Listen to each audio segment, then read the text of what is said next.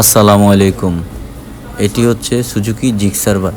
এই বাইকটি master service করব। তো মাস্টার সার্ভিসের আগে একটু ভালো করে পানি মেরে নিলাম।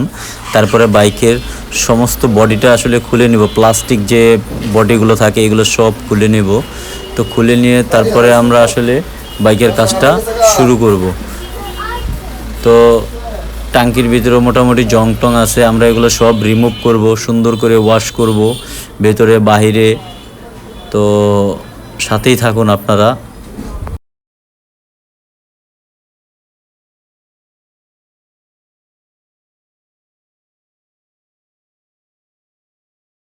তো আমরা যেহেতু ট্যাঙ্কিটা পরিষ্কার করব, তাহলে ট্যাঙ্কির সমস্ত তেলগুলো একবারে নামিয়ে নিলাম।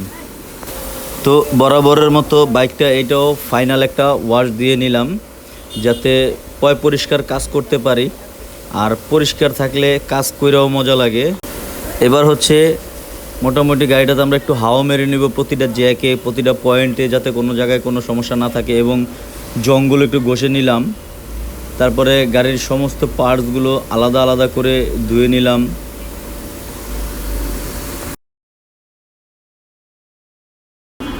বরাবরের মতো এটারও কার্বোরেটর আমরা ওয়াশ করব, কারণ একটা বাইকের অনেক ভূমিকা রাখে এই কার্বোরেটর। এই কার্বোরেটর যদি আপনি সুন্দরভাবে নিট অ্যান্ড ক্লিন যদি না করেন, সেক্ষেত্রে আপনার কাজটা কিন্তু পরিপূর্ণতা পাবে না। তো এই ব্যাক চেসিসটা অনেক জায়গায় জং পড়ে গেছে, আমরা এগুলো সব রং করে দেব। তো আমরা একটা হিটপ্রুফ রং আনছি, যাতে রংটা অনেক দিন লাস্টিং করে।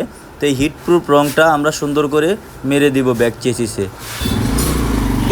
তারপরে বাইকটার আমরা সমস্ত কেবিলগুলো ওয়াশ করে দেব, যাতে কেবিলগুলো খুব ভালোভাবে কাজ করে। তারপরে চাপার ভিতরে আমরা WD দিয়ে ওয়াশ করব, যাতে চাপাগুলো খুব সফট এবং ইজিলি কাজ করে, যাতে কোনো প্রকারের লুজ কানেকশন বা মিস কানেকশন না থাকে। বাইরে প্রচুর বৃষ্টি, তার মাঝেও কাজ চলতেছে। তো ভিতরটাও একটু সুন্দর করে রং মেরে নেব, কারণ এইগুলো সবসময় খোলা হয় না। আর এগুলো এখন যেহেতু খোলা আছে, খুব ইজিভাবে সুন্দরভাবে বাইকটা রং করা যাবে। তো এগুলো হলো হিটপ্রুফ রং, এটা অনেক দিন লাস্টিং করবে। ইঞ্জিনটাও একটু কিছু কিছু জায়গাতে রং করে নিব।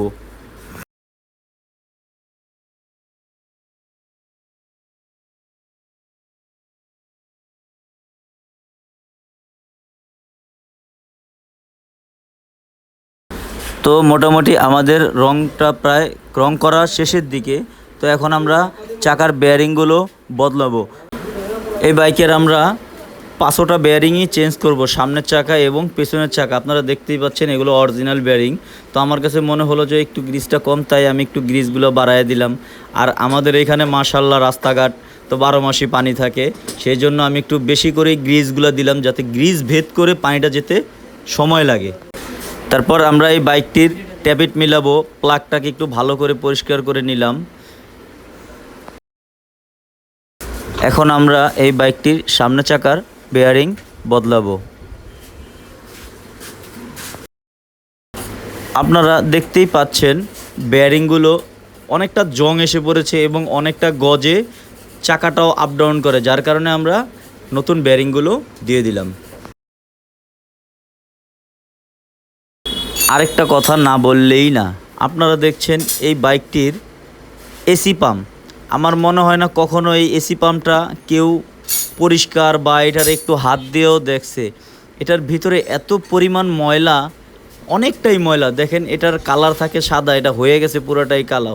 তো এখন আমরা এটা একটু WD দিয়ে ভালো করে ক্লিন করে নিব, যাতে বাইকটা আরও ভালো পারফরমেন্স দেয়। আরেকটা কথা না বললেই না, আপনারা দেখছেন আমি যে বাইকটির কাজ করতেছি, এই বাইকটার কাস্টমার কিন্তু আমার সামনে নাই। তারপরেও সে আমার কাছে বিশ্বাস নিয়ে গাড়ি রেখে গেছে। তো আমি চেষ্টা করব আমার ধারা সর্বোচ্চ ভালোটা দেওয়ার। এবং আমি আশা করব আপনারা যারা এই লাইনে মিস্ত্রি ভাই আছেন, আপনারাও এটাই চেষ্টা করবেন। আলহামদুলিল্লাহ বাইকটা কমপ্লিট।